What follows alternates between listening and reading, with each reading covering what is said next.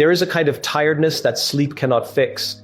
It's the exhaustion of trying to matter to someone who has already decided you don't. It's checking your phone, hoping for a message that never comes, replaying conversations in your mind, wondering what you did wrong. Giving more, trying harder, becoming smaller, just to keep someone from leaving. And the most dangerous part, you start believing this is normal. You start believing this is love. You start believing this is love. You start believing this is all you deserve. But what if the real problem isn't that you're not enough? What if the real problem is that you've been chasing people who were never meant to recognize your worth? Tonight is not just about letting go of someone else. It's about coming back to yourself. Because the moment you stop chasing the wrong people is the exact moment the right life begins. And if you stay with me until the end, you won't just feel inspired. You'll understand how to finally walk away without guilt, fear, or regret. Many people move through life believing that any form of attention must mean they matter. A message that arrives late at night, a reply that finally appears after hours of silence, a brief moment of warmth. After days of distance, these small signals can feel powerful when your heart is hoping to be seen. You tell yourself that something is better than nothing. You convince yourself that inconsistency is just busyness, that emotional distance is just stress, that confusion is just part of modern relationships. Slowly, without realizing it, you begin to lower the standard of what care is supposed to feel like. Someone texts you sometimes, not always. Just enough to keep hope alive, replies when it's convenient, not when it's meaningful. Shows up when they are bored, lonely, or in need of comfort, and disappears the moment their world feels full again. And in those brief moments of presence, you feel relief. You feel chosen. You feel like maybe, just maybe this time it will become something real. So you hold on to fragments and call them proof. You gather crumbs and try to build a future out of them. And the quiet thought forms in your mind. At least they care a little. At least you are not completely invisible. At least there is something. But there is a difference between being occasionally noticed and being genuinely valued. Attention is easy to give. It costs almost nothing. A message can be sent without intention. Words can be spoken without commitment. Presence can be offered without permanence. Attention often comes from impulse, convenience, or need. Value, however, is deliberate. It is thoughtful. It is steady. It asks for responsibility. And that is why the two feel so different, even when they look similar on the surface. Value is consistency. Not perfection, but reliability. It is knowing that care does not disappear when moods change or circumstances shift. It is the calm confidence that you do not have to wonder where you stand because the other person's actions make it clear value is respect. It is being spoken to with kindness even during disagreement. It is having your feelings considered, not dismissed. It is being treated as someone who matters, not someone who is merely available. Value is choosing you even when it is not easy, even when life is busy, even when distance or difficulty could provide an excuse to withdraw. When someone truly values you, their presence is not occasional. It is intentional. Their words are not empty. They are supported by behavior. Their care does not appear only in moments of convenience. It remains visible in moments of effort. You do not feel like an option waiting to be selected. You feel like a priority already chosen. But when someone only remembers you when they need comfort, validation, or help, something deeper is happening beneath the surface. It may look like connection, but it functions more like access. They reach out when they feel low, when they need reassurance, when they want someone to listen, someone to support, someone to stay. And because you care, you respond. You give warmth, you give time, you give emotional energy, you show up fully. Yet when the roles reverse, when you need the same presence, the same listening, the same care, the silence grows louder, the availability disappears. The balance was never equal. This is one of the most painful realizations a person can face. Not that someone was cruel, but that they were comfortable receiving what they never intended to return. And the longer you remain in that space, the more your understanding of love begins to distort. You start believing that love must be uncertain, that care must be earned repeatedly, that confusion is normal, that emotional distance is something to tolerate rather than question. You adapt to instability because stability feels unfamiliar. Time passes quietly in these dynamics. Weeks turn into months. Months sometimes become years. And all the while, a hidden cost is being paid, not just in lost time, but in delayed possibility. Because every moment spent holding on to temporary attention is a moment not available for real connection. Every ounce of energy poured into someone who cannot value you is energy unavailable for someone who would. And perhaps most importantly, every time you accept less than you deserve, a small part of you begins to believe that less is all you are worthy of receiving. This is how confusion becomes normal. This is how uncertainty becomes comfortable. This is how people remain in places that slowly diminish them, not because they are weak, but because hope can be louder than truth when the heart is involved. Yet the truth remains steady, even when it is difficult to accept. Real value does not create constant questions. It does not force you to decode mixed signals or analyze silence. It does not require you to prove your worth again and again. Real value feels clear. Not perfect, not dramatic, not overwhelming, but calm, grounded, and certain. It brings a sense of peace rather than anxiety. You are not left wondering if you matter because the evidence is present in consistent care. And this clarity is not something you must chase. It is something you recognize when you finally stop mistaking attention for importance. When you begin to see the difference, your perspective shifts. The late replies no longer feel Roman. Tick. The inconsistency no longer feels mysterious. The minimal effort no longer feels meaningful. What once seemed acceptable begins to feel insufficient, not out of bitterness, but out of growth. Because the moment you understand your value, confusion loses its power. You no longer measure love by intensity of feeling in rare moments, but by steadiness of care over time. You no longer hold tightly to people who offer fragments, hoping they will someday become whole. Instead, you begin to seek what is already whole, what is already honest, or it's respectful, already real. And in that shift, something quiet but powerful happens inside you. You stop asking, why don't they value me? And start asking, why have I been accepting less than I deserve? That question is not meant to create shame. It is meant to create awareness, because awareness is the first step toward change. And change is the doorway to relationships where value is not questioned, not negotiated, not temporary, but naturally, consistently, undeniably present. And the day you truly believe that is the day you stop settling for anything less. But no one wakes up one morning with a clear, confident decision to beg for appreciation. No child dreams about growing into an adult who waits endlessly for a message, who overthinks every silence, who measures their worth by someone else's attention.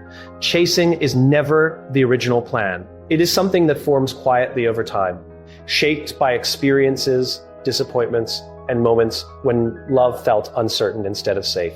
Chasing is born from something deeper than desire. It grows from fear. The fear of being alone in a world that often tells you loneliness means failure. The fear of not being chosen when all you have ever wanted was to feel important to someone. The fear that if this person leaves, the empty space they create will never be filled again. These fears do not usually speak loudly. They whisper. They disguise themselves as loyalty, patience, and hope. They convince you that holding on is strength, even when holding on is what hurts the most. So you hold tighter, not because it feels good, but because letting go feels terrifying. You give more of your time, more of your energy, more of your understanding. You become more available, more forgiving, more willing to accept behavior you once promised yourself you never would. You ignore the signs that something is unbalanced. You explain away the distance. You minimize the pain. You tell yourself stories that keep hope alive because hope feels safer than grief.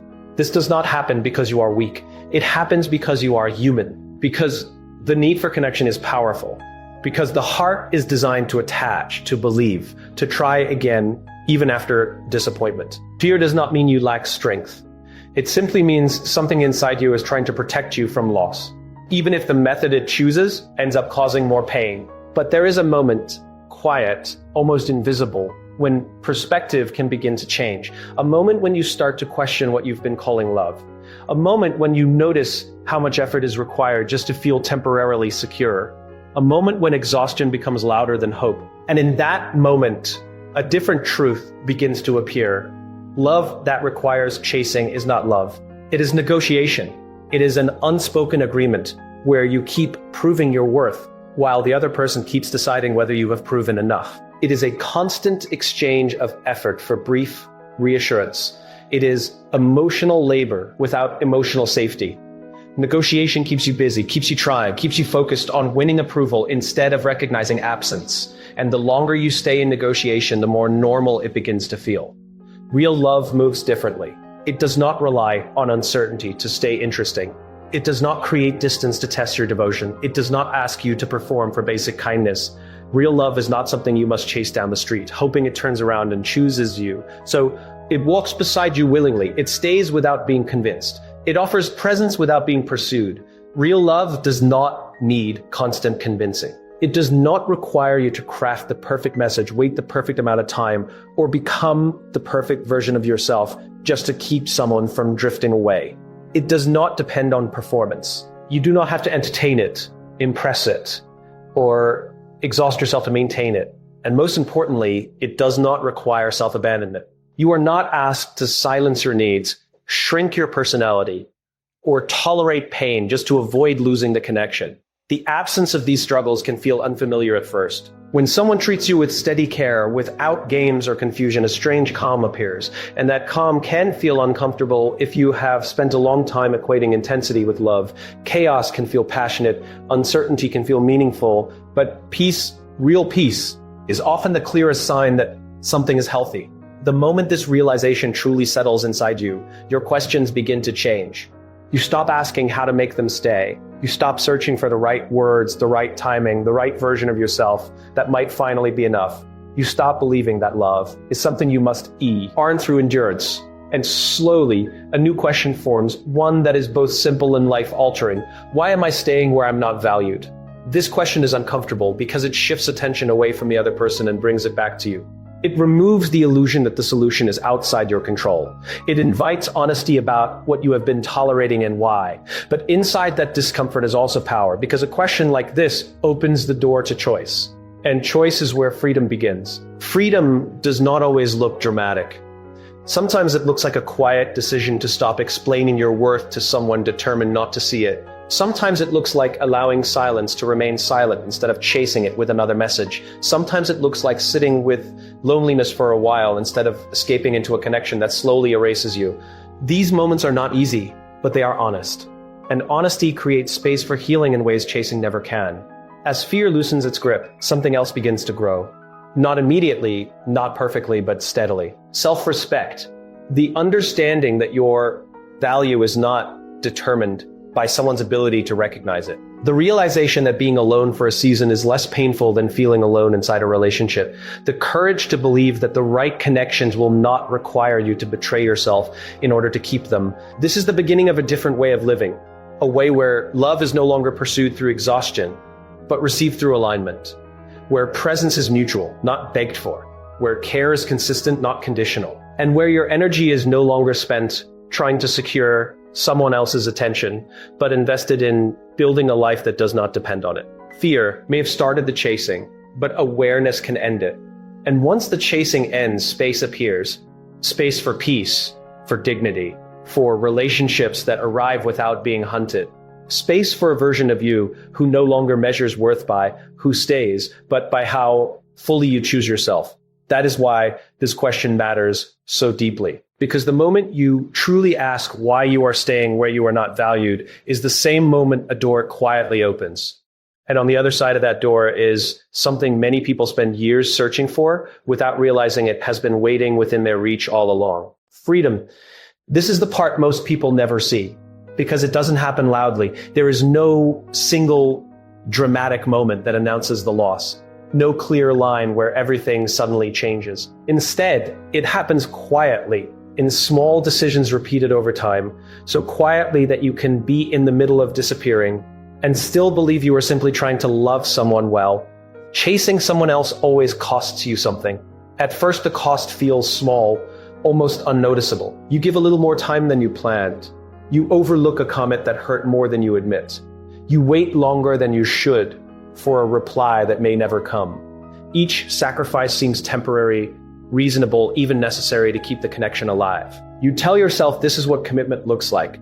You convince yourself that love requires endurance, but the cost does not stay small. Slowly, it begins to touch your peace. Your mind becomes restless, constantly checking, wondering, analyzing. Silence feels heavy. Distance feels personal. You replay conversations searching for mistakes, trying to find the exact moment you might have said or done the wrong thing.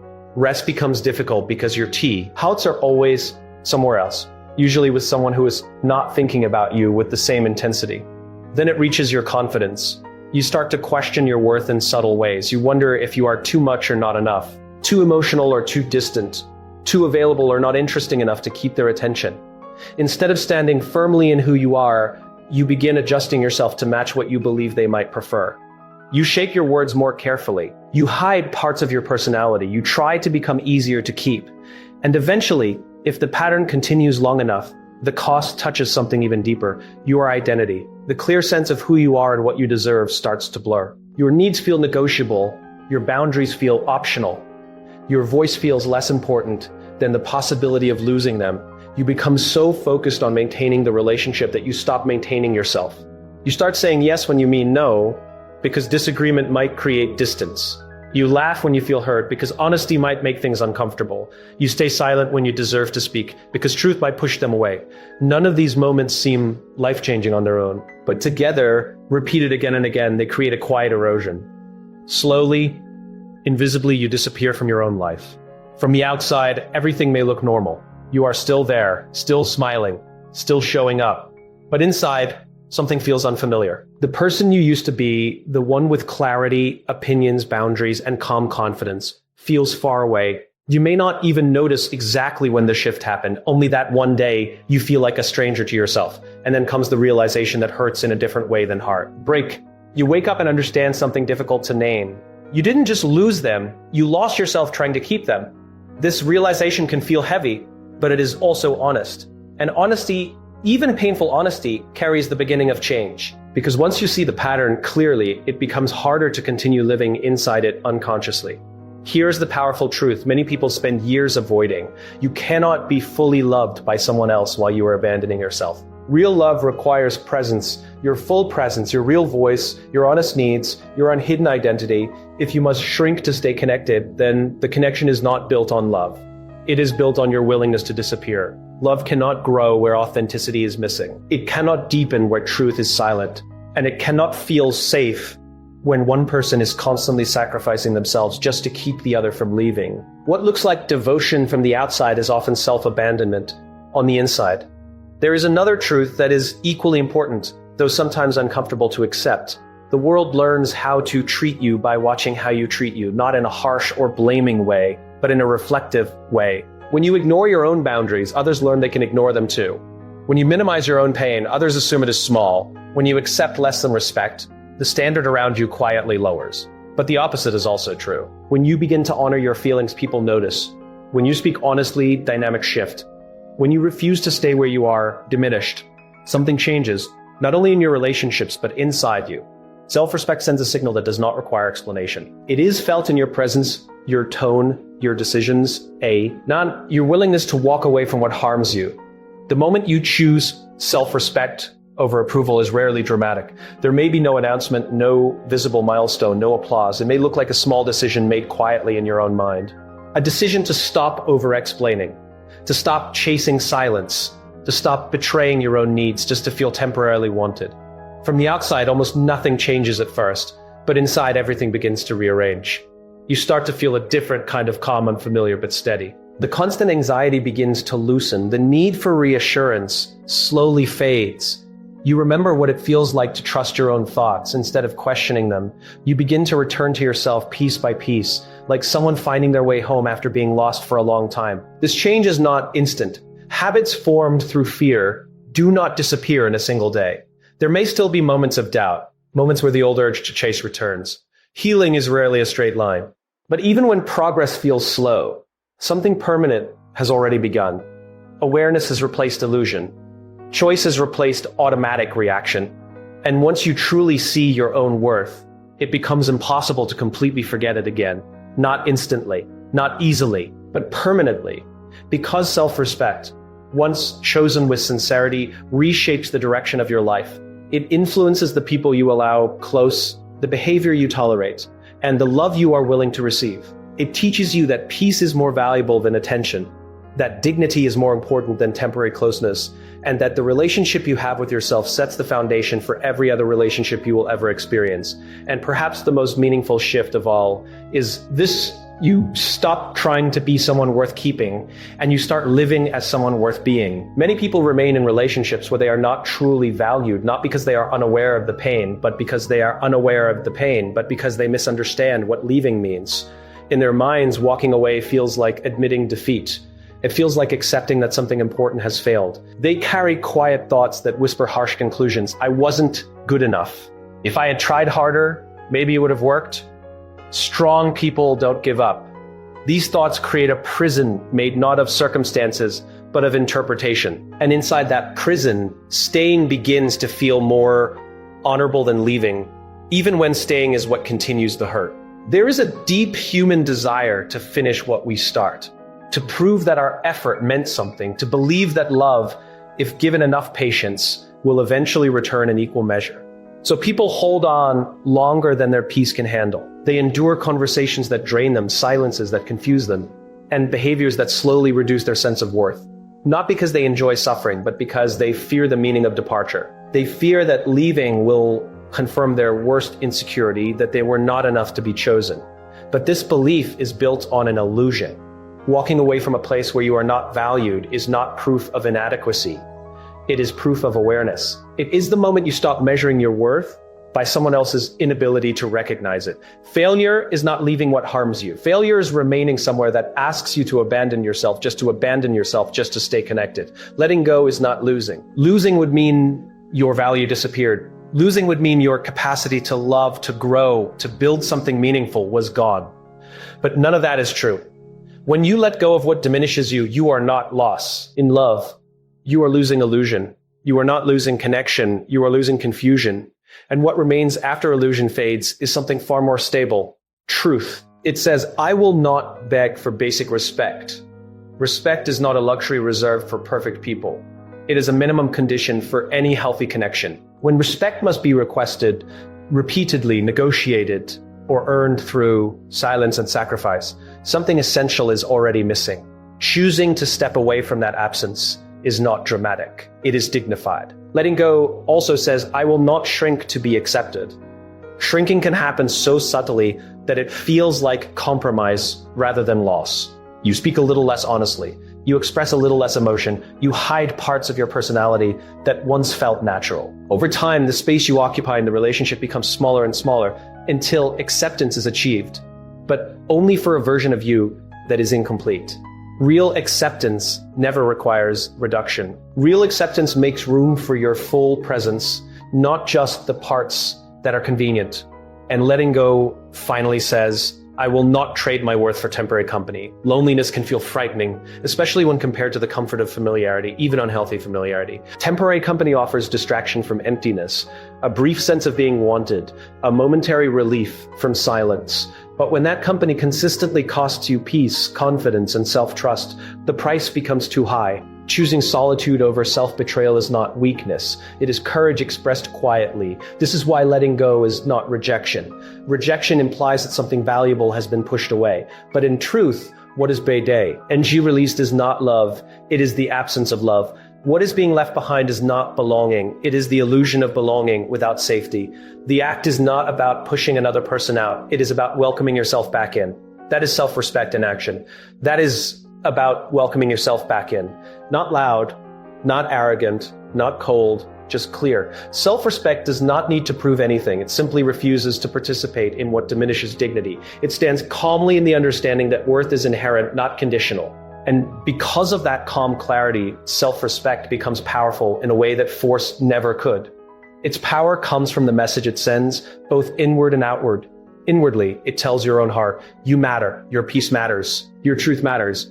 These are messages many people wait their entire lives to hear from someone else, not realizing they become life-changing the moment they are spoken within. Outwardly, self-respect communicates something equally strong. I know my value, even if you don't. This is not said with anger. It is said with certainty. And certainty reshapes every interaction that follows. When you truly know your value, your behavior changes naturally. You stop over-explaining your needs. You stop chasing inconsistent attention. You stop tolerating what once felt unavoidable. Not because you want distance from others, but because you finally want closeness with yourself. And that shift, though invisible to many, transforms the direction of your life. There is also an irony hidden inside this moment of letting go. It feels, at first, like everything might become emptier, like silence might grow louder, like the absence of the familiar, even if painful, might be too heavy to carry. But something unexpected begins to unfold. The wrong people lose control over you. Control was never always obvious. Sometimes it looked like emotional unpredictability that kept you trying harder. Sometimes it looked like distance that made you prove your loyalty. Sometimes it looked like just enough affection to keep hope alive. When you stop chasing, that invisible control dissolves. Not through conflict, not through revenge, but through disengagement. And nothing is more freeing than realizing your peace no longer depends on someone else's behavior. The right people finally have space to find you. As long as your energy is tied to someone who cannot value you, there is little room for healthier connection to enter. Attention, time, and emotional availability are finite. Releasing what is misaligned creates openness for what is genuine. And genuine connection rarely arrives in chaos. It appears where there is clarity, steadiness, and self-respect strong enough to recognize it. This does not mean everything becomes perfect immediately. There may still be moments of doubt, moments where memory tries to romanticize what was painful, moments where loneliness feels persuasive. But beneath those passing feelings, something stable has already formed, a deeper relationship with yourself, one built not on fear of loss, but on commitment to truth. And from that foundation, a different kind of life begins to grow, one where love is not something you must earn through suffering, one where respect is present from the beginning, one where staying and leaving are no longer driven by fear, but guided by clarity. A life where your worth is no longer a question waiting for someone else's answer, but a certainty you carry quietly everywhere you go. Something beautiful happens when you finally stop running after people who don't value you, but it is so quiet at first that many people almost miss it. There is no dramatic announcement, no sudden applause, no visible sign to the outside world that a turning point has arrived. Instead, the change begins internally, like the first light before sunrise, soft, gradual, and easy to overlook unless you are paying close attention. Yet within that quiet shift, an entirely new direction for your life is being formed. The first thing that begins to return is your energy. For a long time, so much of it was being spent on waiting, wondering, hoping, analyzing, and trying. Emotional chasing is exhausting in ways that are difficult to explain, because the body may be still while the mind is constantly running. When you stop chasing, that constant inner movement slows. The mental noise softens. You are no longer pouring strength into a place that gives nothing back. And slowly, almost gently, your energy starts flowing towards you again. With energy comes clarity. When you are caught in the cycle of trying to be chosen, everything feels confusing. You question your instincts. You doubt what you see. You explain away what hurts. But distance has a way of revealing truth. When you step back from someone who could not value you, the fog begins to lift. Patterns become visible. Excuses lose their power. What once felt complicated starts to look simple. Not easy, but clear. And clarity is powerful because it allows you to see reality without the distortion of hope mixed with fear. Not the loud, performative confidence that tries to prove worth to others, but a quieter kind, the kind rooted in self-recognition. You remember what it feels like to trust your own thoughts, to honor your own feelings, to make decisions without needing constant reassurance. Confidence grows each time you choose peace over confusion, truth over illusion, and self-respect over temporary attention. It builds slowly, but once it is real, it becomes steady in a way chasing never could. As these pieces return, your focus begins to change. You start investing in growth instead of approval. Instead of asking how to be enough for someone else, you begin asking how to become more aligned with who you truly are. Time once spent worrying becomes time spent learning, building, healing, and creating. This shift may look small from the outside, but internally it is life-altering, because growth multiplies while approval only temporarily soothes. Pleasing keeps you busy but empty, constantly adjusting to meet expectations that may never be satisfied. Purpose, however, fills you. It gives direction to your energy and meaning to your effort. When you live with purpose, Your value is no longer dependent on someone else's attention. Your days begin to feel intentional rather than reactive. And intention creates a different kind of fulfillment, one that does not disappear when someone walks away. Peace starts replacing drama. At first, peace can feel unfamiliar, even uncomfortable, especially if you have spent a long time associating emotional intensity with love. Drama feels alive, urgent, passionate. Peace feels quiet. But over time, you begin to understand that peace is not emptiness, it is safety.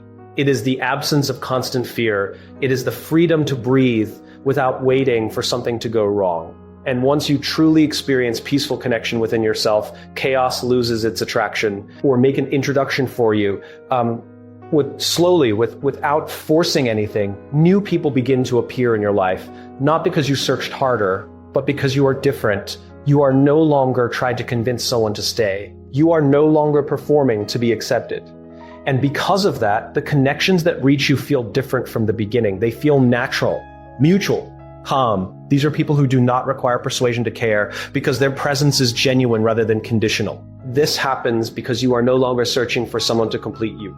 For a long time, chasing is often driven by the hidden belief that another person holds the missing piece of your happiness. That if they choose you, everything inside will finally feel whole. But when you step away from that pursuit, you begin discovering something unexpected, that the wholeness you were seeking was never located in another person. It was waiting within you, beneath fear, beneath doubt, beneath the habit of looking outward for permission to feel worthy. You are not becoming perfect. You are becoming complete. In a quieter, more honest way, comfortable in your own presence, able to experience solitude without interpreting it as failure, open to love, but no longer dependent on it for identity. This is a profound shift because it transforms relationships from necessities into choices. And love chosen freely is always healthier than love clung to out of fear. This kind of transformation is available to many, yet reached by few, not because it is impossible, but because it requires courage that cannot be borrowed from anyone else. The courage to be alone for a season, even when loneliness tries to convince you to return to what once hurt you. The courage to choose yourself on days when self-doubt feels louder than self-trust. The courage to believe that real love exists in a form that does not require chasing, proving, or shrinking. Courage in this context is not dramatic. It is quiet persistence. It is waking up each day and continuing to honor your worth, even when the results are not immediately visible. It is allowing healing to take the time it needs. And it is trusting that what is truly meant for you will not require you to abandon yourself in order to receive it. When you finally begin to live from this truth, not perfectly, but sincerely, you notice something extraordinary. The future you imagined while chasing someone else starts to appear in unexpected ways, not through their return, but through your growth. Opportunities feel different. Relationships feel different. Even your relationship with time feels different because you are no longer waiting for someone else's decision to begin living fully. And then one quiet day, often when you are not even looking for it, a realization settles gently inside you. The happiness, peace, and sense of belonging you were running toward were never located in the person you chased. They were connected to the version of you that only emerges when the chasing stops. The life you were trying so hard to reach was not ahead of you in someone else's hands. It was patiently waiting for you to turn around, come back to yourself, and finally walk forward free. And it had been waiting there the entire time.